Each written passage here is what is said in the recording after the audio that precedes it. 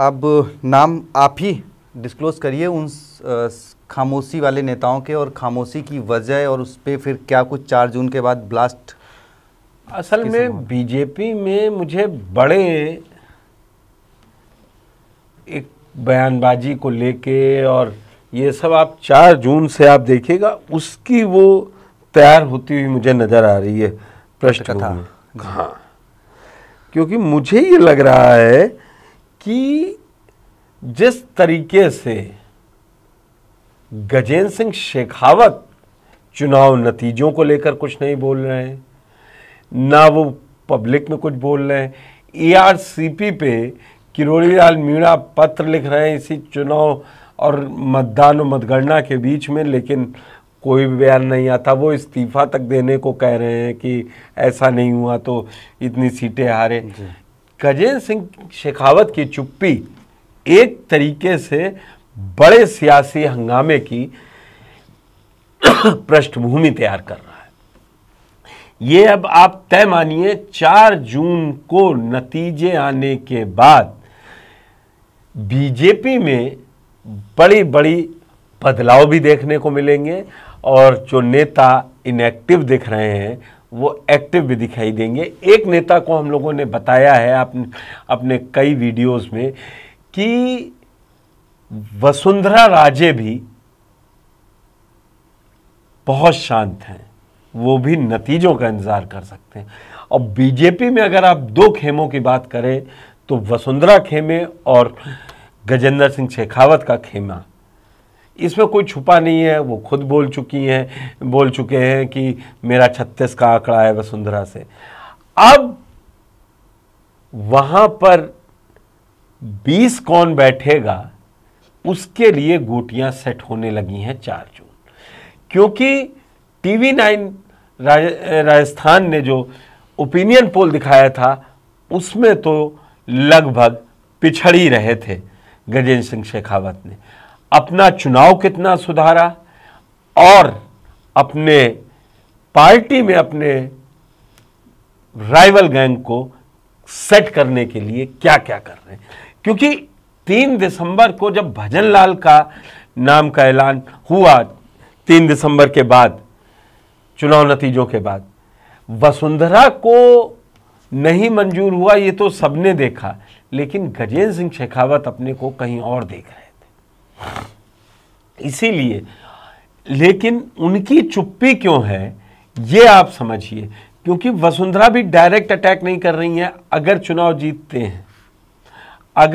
जीतती हैं तो मैं आपको एक किस्सा बता दूं, 2014 में PP चौधरी मंत्री थे, 19 में भी जीते लेकिन मंत्री नहीं बन पाए। अब की इसलिए वो शांत बैठी हैं कि उनके बेटे, वसुंधरा इसलिए शांत बैठी हैं कि उनके बेटे अगर अब की चुनाव जीतते हैं झालावाड़ से तो मंत्री पद बनता है।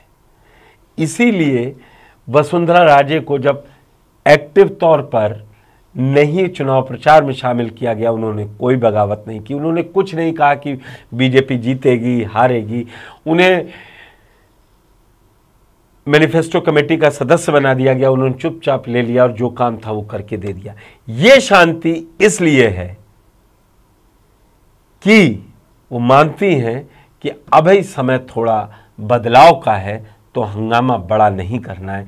देख लीजिए, क्योंकि कहते हैं कि मोदी और अमित शाह जब जो ज़्यादा दावे ठोकता है उसको पीछे कर लेते हैं, और उन्होंने देखा है गजेंद्र सिंह शेखावत ने पूरे विधानसभा चुनावों के दौरान बहुत एक्टिव रहा और वो अपने को खुद को अघोषित मुख्यमंत्री के तौर पर देख रहे थे, लेकिन कि सरकार भी आई, सत्ता भी आई, लेकिन गजेंद्र सिंह शेखावत के पास नहीं पहुंची।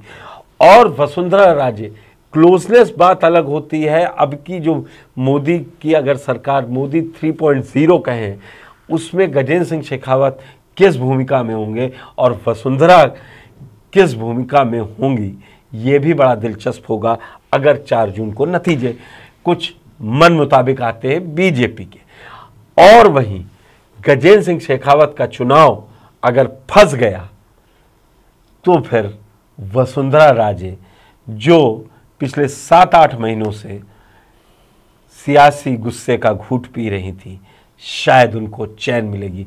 अभी उनको अपने कई विरोधियों को भी ठीक करना है। 4 जून के बाद वो चुरू में जब अगर राहुल कसवा ने जीत दर्ज कर ली, तब राजेंद्र राठौर के लिए परेशानी खड़ी होगी। वो कह तो रहे हैं कि ये पार्टी है, किसी कार्यकर्ता को जो काम मिलेगा।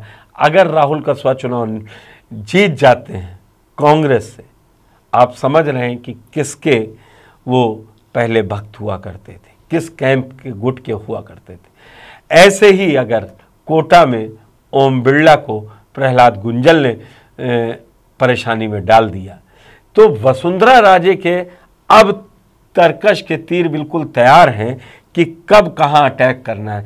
इसीलिए गजेंद्र सिंह शेखावत भी बहुत शांति से पूरी तैयारी कर रहे हैं। दिल्ली में उनकी लगातार बड़े नेताओं के साथ बैठकें चल रही हैं, लेकिन वो न मीडिया से न किसी से बात कर रहे हैं। वो सिर्फ इंतज़ार कर रहे हैं कि जोधपुर में जो ओपिनियन पोल में आ रहा है, जोधपुर का रिजल्ट वो बदल जाए।